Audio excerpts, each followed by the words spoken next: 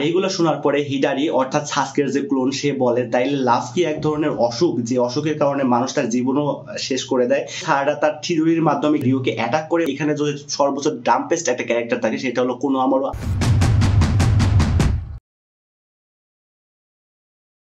Young Lord, yes brother, আমাদের young Lord বোল্টও কিন্তু চলে আসে তার নতুন চ্যাপ্টার নিয়ে, যেটা হলো চ্যাপ্টার নাম্বার 19। এই চ্যাপ্টারের ভিতরে আমরা সম্পূর্ণ জিনিস ব্রেকডাউন করব। যেহেতু নতুন চ্যাপ্টার আসছে এইখানে কিন্তু আগের তুলনায় অনেক বেশি ইনফরমেশন পাবো, যেটা আমরা পেয়েছিলাম না আমাদের স্পয়লারে। এন্ড স্পয়লারে কিন্তু অনেক কিছু মিসড আপ ছিল, দ্যাটস ওয়াই আমি স্পয়লারটাকে অনেক বাজে বলছিলাম যে এই চ্যাপ্টারটা হয়তো বাজে হইতে চলেছে। বাট ব্রাদার বিশ্বাস করেন এই chapter one of the greatest chapter হইতে চলেছে। এন্ড অনেক ভালো চ্যাপ্টার ভাই, এটা মানে অনেক কিছু আমাদেরকে এক্সপ্লেন করা হয়েছে। তো অ্যাজ ইউজুয়াল যেমনটা বলেছিলাম যে চ্যাপ্টারের নাম হইতেছে কোনোহামারু এবং কভার পেজে আছে মোয়েগি। এবং এই চ্যাপ্টারটা শুরু হয় একটা ফ্ল্যাশব্যাক দিয়ে, এবং এই ফ্ল্যাশব্যাকের ভিতরে আমরা দেখতে পারি যে এইখানে আরায়ার যে ব্লেডটা ছিল সেটা শিনকি নেয়, এবং শিনকি নেওয়ার পরে ওইখানে তার চাকরা ইনফিউজ করে, এবং ইনফিউজ করার পরে সেটা আবার আরায়াকে ব্যাক দেয়। ব্যাক দেওয়ার পরে সে বলে যে এইখানে আমি আমার চাকরা ইনফিউজ করে দিয়েছি, সুতরাং তুমি যখন এইখানে উইন্ড চাকরাটা ইনফিউজ করবে তখন কিন্তু তুমি আমার মতো আমার আয়রন স্যান্ড গুলাকে কন্ট্রোল করতে পারবে। এখানে কন্ট্রোল করা বলতে শিনকির যে আয়রন স্যান্ড আছে সেই আয়রন স্যান্ডটাকে সে সামান্য পরিমাণে কন্ট্রোল করতে পারবে অ্যাজ কম্পেয়ার শিনকি, কারণ শিনকি কিন্তু এই আয়রন স্যান্ড গুলোকে অনেক ভালোভাবে ম্যানিপুলেট করতে পারে এবং কন্ট্রোল করতে পারে, এবং তার যে অ্যাটাক গুলো আছে অর্থাৎ শিনকির অ্যাটাক গুলা আরায়া ডিফ্লেক্টও করতে পারবে। দ্যাটস ওয়াই কিন্তু আমরা দেখতে পাচ্ছিলাম যে আরায়া কিন্তু অরিজিনালি এই জিনিসটা কাজে লাগায় অনেক ভালোভাবে রিওর বিরুদ্ধে। এখানে শিনকির প্ল্যানটা কিন্তু অনেক ভালোভাবে বোঝা যাচ্ছে, বিকজ অফ শিনকির তুলনায় তাদের যে টিমমেট গুলো আছে অর্থাৎ ইউডো এবং আরায়া তারা কিন্তু অনেক বেশি দুর্বল, এবং শিনকি কিন্তু তাদের তুলনায় ড্যাম স্ট্রং ব্রাদার। এন্ড এইখানে শিনকি তাদের টিমের পাওয়ার বাড়ানোর জন্য সে কিন্তু এই কাহিনীটা করছে, এবং আরায়া এখানে বলে যে ভাই তুই এই জিনিসটা আমাকে দিলি, তো এই জিনিসটা যখন আমাদের দুইজনের ভিতরে ক্ল্যাশ হবে তখন কিন্তু তুই আমার কাছে হেরে যাবি। তখন শিনকি বলে যা তুই আমাকে হারাবি। তো এখানে দেখানো হয় যে এখানে গারা আসছে এবং শিনকি উপর থেকে দাঁড়িয়ে দেখতেছে আরায়ার সাথে। এখানে শিনকি আরায়াকে বলে যে আমি সকল কিছু করতেছি আমার বাবাকে প্রোটেক্ট করার জন্য, এবং আরায়া এখানে অ্যান্সার দেয় যে তুই তোর বাবা না করে একটু ইউডোর উপরেও খেয়াল করতে পারিস, অর্থাৎ লাভের বিষয়ে আই থিঙ্ক কিছু বলতে যাচ্ছে যেটাতে আমার কোনো ধরনের ইন্টারেস্ট নেই। আর ঠিক এরপরে এই ফ্ল্যাশব্যাকটা শেষ হয়ে যায়, এবং তারপরে আমরা দেখতে পারি যে এখানে আরায়া তার ব্লেড দিয়ে এখানে মিৎসুকে ফ্রি করে দেয়, কারণ মিৎসুকে কিন্তু অরিজিনালি রিও তার যে স্যান্ড আছে সেই স্যান্ডের দ্বারা কিন্তু আটকে রাখছিল। তো এখানে আরায়া তাকে ফ্রি করে দেয়, এবং ফ্রি করে এই কারণে তারা যাতে সবাই মিলে একসাথে রিওর বিরুদ্ধে লড়াই করতে পারে অর্থাৎ ফাইট করতে পারে। সো ফ্রি করার পরে আরায়া এখানে বলে যে তোমরা সবাই রিওর উপরে অ্যাটাক করো আর তার আয়রন স্যান্ডকে আমি দেখে নিব। আর এখানে রিও এই কথাটা শুনে বলে যে তুই আমার আয়রন স্যান্ডকে কন্ট্রোল করবি? ভাই এটা কোনোদিন সম্ভব না, ঠিক আছে, মানে দিনে জেগে জেগে স্বপ্ন দেখা বাদ দে। সো ফাইনালি আমরা দেখি যখন সবাই অ্যাটাক করার প্রস্তুতি নেয় তখনই কিন্তু এখানে রিও তার স্যান্ড দ্বারা সবাইকে কভার করে ফেলে, এবং ওই স্যান্ডটা কভারিং স্যান্ড যেটা সেইটা কিন্তু অরিজিনালি এখানে আরায়া তার ব্লেড দ্বারা ডিফ্লেক্ট করে দেয়, এবং ডিফ্লেক্ট করার পরে রিও কিন্তু এখানে শান্ত ছিল না, সে কিন্তু আবারও অ্যাটাক করে এবং চারপাশ থেকে অ্যাটাক করে, কাইন্ড অফ পিসের থেকে অ্যাটাক করে। তো ইউডোর যে একটা হিয়ারিং আছে তার পাওয়ার কিন্তু আছে যে সে দূরের অনেক জিনিস শুনতে পারে। সো দ্যাটস ওয়াই ইউডো কিন্তু আগেই বুঝে ফেলে যে এই যে স্যান্ডটা কোথা থেকে আসতেছে। তো এখানে আরায়াকে বলে এবং আরায়া কিন্তু অরিজিনালি ডিফ্লেক্ট করে দেয়। এই জিনিসটা কিন্তু রিও দেখে রিও নিজেও আশ্চর্য হয়ে যায়, কারণ তারা দুজন কিন্তু একই জিনিস কন্ট্রোল করতেছে ভাই। সেও আয়রন স্যান্ড কন্ট্রোল করতেছে এবং আরায়াও তার ব্লেড দ্বারা আয়রন স্যান্ড কন্ট্রোল করতেছে, যেটা তাকে শিনকি শিখায় গিয়েছিল এবং সে যেটা সম্পর্কে তারা প্র্যাকটিস করতেছিল আমরা ফ্ল্যাশব্যাকে দেখেছিলাম। কিন্তু এখন এরপরে সারাডা এবং মিৎসুকি কিন্তু রিওর উপর অ্যাটাক করে, এবং সর্বপ্রথমে আমাদের দেখানো হয় সারাডার অ্যাটাকটা যেটা ফায়ারবল জুৎসু ছিল, এবং ফায়ারবল জুৎসুর মাধ্যমে যখন সারাডা অ্যাটাক করে তখন সে কিন্তু ইজিলি ওটা ডিফ্লেক্ট করে দেয় তার আয়রন স্যান্ডের ব্যারিয়ার তৈরি করে। এবং তারপরে এখানে আমরা দেখতে পারি যে মিৎসুকির যে স্নেক আছে সেই স্নেকটা কিন্তু অরিজিনালি এখানে রিওকে ধরে ফেলে, মানে একদম কভার করে ধরে যাতে সে কোনোভাবেই এসকেপ করতে না পারে। তো এইখানে রিও কিন্তু সে তার বডিকেই পুরো স্যান্ডে কনভার্ট করে ফেলে, যার ফলে সে কিন্তু অরিজিনালি এখান থেকে স্কিপ হয়ে যায়।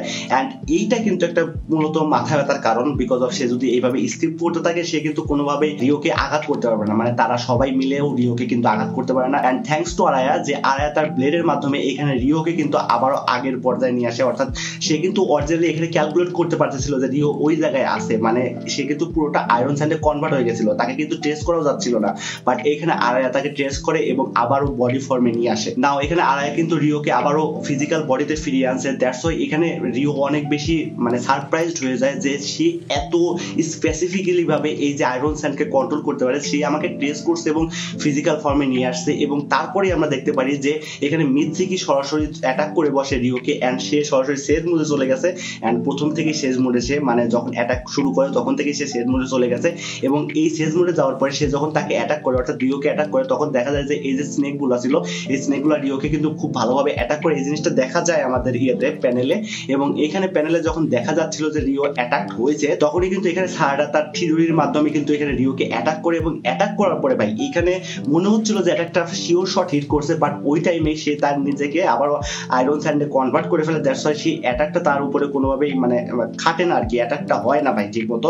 তো এখন একটা জিনিস এখানে বোঝার বিষয় যে এইখানে কিন্তু মিচিকে অ্যাটাক করছিল, বাট ওই যে স্নেক গুলো ছিল ওই স্নেক গুলো অরিজিনালি তাকে বাইট করছিল কিনা এই জিনিসটা নিয়ে একটু কনফিউশন, বিকজ অফ এইটা কিন্তু তার সেজ মোডের স্নেক। দ্যাটস ওয়াই তাদের ভিতরে কোনো বিষাক্ততা আছে কিনা এই জিনিসটা কিন্তু আমাদেরকে কোনোভাবে জানানো হয়নি। আর তারপরে এখান থেকে সিন শিফট হয়, এবং সিন শিফট হওয়ার পরে এখানে মাতসুরি এবং কুনোহামারু দা মোস্ট ইম্বারেসিং একটা ব্যাটেলের ভিতরে নিয়ে যাওয়া হয়, এবং এখানে কুনোহামারু যে কাজগুলো করে ভাই এই জিনিসটার জন্য কুনোহামারুকে আপনারা হেট করতে বাধ্য হবেন, বিকজ অফ এইখানে কিন্তু কুনোহামারু সেই একটাই ভুল করতেছে যে ভুলটা সাকুমোয়াটাকে করছিল, অর্থাৎ কাকাশির বাবা। আর এখানে কুনোহামারু কিন্তু তার কথার দ্বারা বারবার মোয়েগিকে রাগিয়ে তুলতেছে, অর্থাৎ সে কিন্তু বলতেছে যে এটা ছোট্ট একটা বিষয়, আমি তোমাকে কুনোহামারু চ্যান বলে ডাকতে চাই, আর তুমি শুধুমাত্র এই একটা বিষয়ের জন্য আমাকে মানা করতেছো। দ্যাটস ওয়াই মাতসুরি এখানে অনেক বেশি রেগে যায় এবং কুনোহামারুর উপরে অ্যাটাক করে বসে, এবং সে বলে যে আমার এই রাগ একদম শান্ত হয়ে যাবে তোমাকে খাওয়ার পরে। এই জিনিসটার মানে কিন্তু আমরা বুঝতে পারি যে লাস্ট স্পয়লার ভিডিওতে আমি বলেছিলাম যে সে বলেছিল যে আমাদের এক হওয়ার সময় এসছে, আর এই এক হওয়া মানে হলো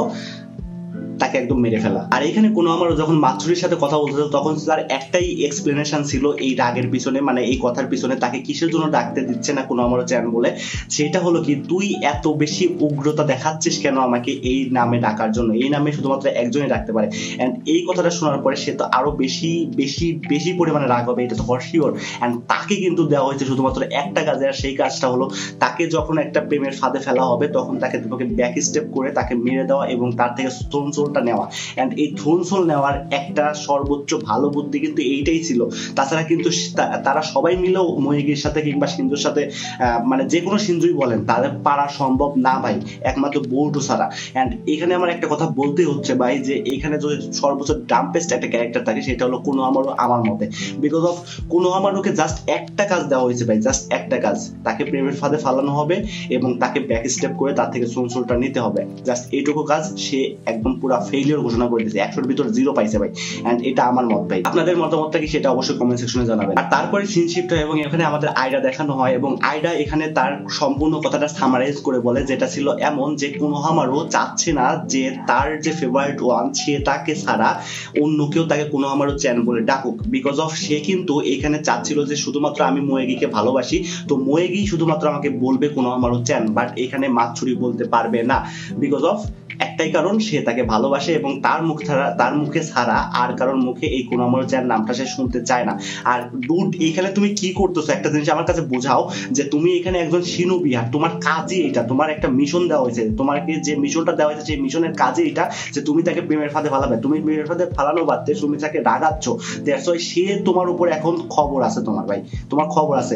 মানে একটা জিনিস ভাই আমি বুঝতে পারতেছি না ভাই, যে আমার একটা ও যদি আমার সামনে থাকতো ভাই এখন ওকে আমি চড়াইতাম ভাই, যে তুই একজন শিনোবি, তোর কিন্তু এখন উচিত কিভাবে তাকে প্রেমের ফাঁদে ফালানো সেই জিনিস ভাবা, তুই একটা সামান্য বিষয় নিয়ে এতটা লেগে গেছিস। এখানে একটা জিনিস থাকেই ভাই যে সবাই বলতে পারে, বাট এখানে যে মিশনে আছে এই জিনিসটা তো আর বুঝতে হবে, সে কিসের জন্য একজন শিনোবি সে যদি এই সামান্য জিনিসটা না বুঝতে পারে ভাই। তো তারপর আমরা দেখতে পাই যে আয়ডার কথাগুলো একটা ফগের মাধ্যমে আমাদের বোল্টো এবং কাশিন কোজে শুনতেছে, এবং শোনার পরে এইখানে আয়ডা বলে যে এইখানে কুনোহামারুর এখন খুবই একটা হেল্পের প্রয়োজন, কারণ কুনোহামারুকে মাতসুরি খাইতে চলেছে। এন্ড খাওয়ার কথা বলতে বুঝতে পারতেছেন, মানে তারা যেহেতু একজন শিনজু এবং তারা কিন্তু মানে ওই কি যেন ট্রি বলে আমার খেয়াল পড়তেছে না, যাই হোক ওই ট্রি, তো দ্যাটস ওয়াই তারা কিন্তু সবকিছু খাওয়াকে বিলিভ করে। সো দ্যাটস ওয়াই এখানে কিন্তু আয়ডা বলে যে সে এখন মরতে চলেছে, সুতরাং তার একটা হেল্প দরকার। এন্ড এইটা শোনার পরে বউটো কিন্তু এখানে তাকে হেল্প করার জন্য যাইতে চায়, মানে তার শটটা ধরে এবং বোঝা যাচ্ছে যে সে যাইতে যাচ্ছে। তো এখানে কাশিন কোজি বলে না এখন সময় না, যখন সময় হবে তখন বলা হবে, তখন তুমি যাইবা। এন্ড এখানে মানে সরাসরি যাইবা বলা হয় নাই, এখন সময় না এটা বলা হয়েছে, মানে এখানে কিন্তু একটু কোশ্চেন থেকে যায় যে সে কিন্তু যাইতে দিতে চাচ্ছে বোর্ডোকে, কিন্তু সময় হইলে যখন জাস্ট 1 নিমিষের ভিতর বোর্ডো যাবে ওইখানে শেষ করবে সবকিছু এবং আবারও ব্যাক চলে আসবে কিছুটা সময়ের ভিতরে, যেহেতু ওইখানে আমাদের জোড়াও চলে আসতে পারে, সো জোড়া যাতে না আসে সেই জন্য কিন্তু এই ব্যবস্থাটা করা হয়েছে, যাতে আস্তে আস্তে এই জিনিসটা একদম পুরা শেষ হয়ে যায় এবং বোর্ডো এমন সময় যাবে যখন সে একদম জাস্ট কিছু সময়ের ভিতরে জোড়া আসার আগে ওই জায়গায় ওই জিনিসটা শেষ করে আবারও ব্যাক চলে আসতে পারে। সো এটা কমপ্লিটলি আমার মতে। এখন আপনারা কি ভাবতেছেন সেটা সঠিক জানি না। তো এখানে এখন টার্ন নেবে আমাদের জোড়া, এন্ড জোড়া কিন্তু এখানে তার কথাগুলো শেয়ার করবে আমাদের সাথে। The most important things in this chapter, brother, জোড়া এখানে আমাদের শিখাচ্ছে লাভ, এন্ড সে একটা সিম্পল বিষয়কে কমপ্লেক্স ভাবে আমাদেরকে বোঝাচ্ছে। এন্ড যে জিনিসটা এমন ছিল যে এখানে জোড়া বলে যে প্রত্যেকটা হিউম্যান ফর্মেরই বা প্রত্যেকটা ফর্মেরই কিছু না কিছু ইনস্টিংক্ট থাকে যেটা তার জীবনের প্রয়োজন। তো সেই প্রয়োজনটাকে অনেকে আছে যারা তাদের ভালোবাসার মানুষের জন্য তারা ছেড়ে দেয়, লাইক অফ কাইন্ড অফ লাভের কথা বলা হচ্ছে এখানে। এবং এই লাভটা এমন একটা জিনিস যেটা মানুষকে তার ইনস্টিংক্ট থেকে সরিয়ে আনে, অর্থাৎ তার মোটিভ, মেইন মোটিভ, তার যে গোলটা থাকে সেই গোল থেকে তাকে সরিয়ে এনে অন্য একটা পর্যায়ে দাঁড় করায় দেয়। আর এখানে জোড়া আরেকটা জিনিস বলে যে আমরা হলো ডিভাইন ট্রি, তো দ্যাটস ওয়াই আমাদের উচিত হবে আমাদের ইনস্টিংক্টটাকে ফলো করা। বাট এখানে হিউম্যান যারা আছে তাদের ইনস্টিংক্ট তো একটা থাকে, বাট তারা একটা সো কল্ড জিনিসের জন্য তাদের ইনস্টিংক্টটা ছেড়ে দেয়, আর যে ওয়ার্ডটা হলো লাভ। আর এই লাভের জন্য তারা সবকিছু করতে পারে। আর এখানে যে বাঘের সিনজো অর্থাৎ মামুশি, সে বলে আরে আরে আরে গরিব গরিব মানুষেরা এরা এরা এরা জীবনে কি করবি ভাই, সত্য কথা এইটাই যে এরা জীবনে কি করবি। এখন জোড়া এখানে একটা কথা বলে যে এই ভালোবাসার জন্যই কিন্তু আমরা দেখছিলাম যে অন্য টাইমে চোজি, মানে ওই যে চোজির মেয়ের নাম কি, যাই হোক চোজো না কি নাম, তো ও কিন্তু এখানে অরিজিনালি হিমোয়ারিকে বাঁচাইতে গেছিল এবং তার সাথে ওই যে ইনুর ছেলেও আছে, মানে কি যেন নাম ওরা আমার খেয়াল করতেছে না। তো ওরা দুইজন কিন্তু শুধুমাত্র একমাত্র হিমোয়ারিকে বাঁচানোর জন্য এখানে জোড়ার পিছনে গেছিল, এবং জোড়ার থেকে হিমোয়ারিকে বাঁচানোর জন্যই কিন্তু এখানে ইনোই তো মনে হয় ইনো মারা যায়, শুধুমাত্র একটা ভালোবাসার কারণের জন্যই সে কিন্তু তার জীবনটা হারিয়ে ফেলেছে। এই জিনিসটাই কিন্তু এখানে বোঝানোর চেষ্টা করা হয়েছে জোড়ার দ্বারা। আর এইগুলো শোনার পরে হিডারি অর্থাৎ সাসকের যে ক্লোন, সে বলে তাইলে লাভ কি এক ধরনের অসুখ, যে অসুখের কারণে মানুষ তার জীবনও শেষ করে দেয়? তো এখানে আমার একটা কথা বলতে মনে হচ্ছে ভাই যে ইয়েস ব্রাদার, লাভ এক ধরনের অসুস্থতা, এন্ড এটা আমি মিন করে বলতেছি, লাভ এক ধরনের অসুস্থতা। যারা ভালোবাসছে তারা সব সময় ফেইলিওরই হয়েছে ভাই। 98% মানুষ ফেইলিওর বলে আমি ঘোষণা করবো, 2% জাস্ট এমনি ছেড়ে দেন। আর জোড়া এখানে আরেকটা জিনিসও বলে যে এইখানে যে ইনস্টিংক্ট আছে সেই ইনস্টিংক্টটাকে তো হিউম্যান ফর্মের ভিতরে ওইভাবে পালিত হয় না, বিকজ অফ তাদের মাইন্ড থাকে, এন্ড তাদের মাইন্ড তাদের ইনস্টিংক্টে ফলো করার তুলনায় তাদের মাইন্ডটা সবসময় তাদের লাভকে ফলো করার তুলনায় বেশি গুরুত্ব দেয়। এক কথায় তাদের লাভটা তারা বেশি গুরুত্ব দেয় এবং ওই পিছনেই দৌড় দেয়, তাদের ইনস্টিংক্টকে ফেলে দেয়। যেহেতু আমরা ডিভাইন ট্রি, সেই অনুযায়ী আমাদের উচিত হবে আমাদের ইনস্টিংক্টটা ফলো করা, যেটা আমাদের মন চাচ্ছে এবং যেটা আমরা হইতে চাচ্ছি অরিজিনালি, যেটা আমরা করতে চাচ্ছি অরিজিনালি। আর দ্যাটস ওয়াই আমরা ওইটাই করব যেটা হিউম্যান না করে, মানে হিউম্যান তাদের ইনস্টিংক্ট ফলো না করে তাদের লাভের পিছনে যায় এবং তাদের পুরো জীবনটাই ধ্বংস করে দেয়। আর জোড়ার এই কথাগুলো কিন্তু আমরা অরিজিনালি এখানে ঘটতেও দেখতেছি, যেখানে মাতসুরি কোনো আমারও প্রেমে পড়ছে এবং লাভ নামে একটা অপরিচিত শব্দের সাথে পরিচিত হয়েছে, যেখানে কোনো আমারোর সাথে শুধুমাত্র একটা নামে ডাকার জন্য মাতসুরির যে একটা ফিলিংস সে নিজের ভিতরে গ্রো করতেছে সেটাকে কিন্তু অরিজিনালি বলে লাভ।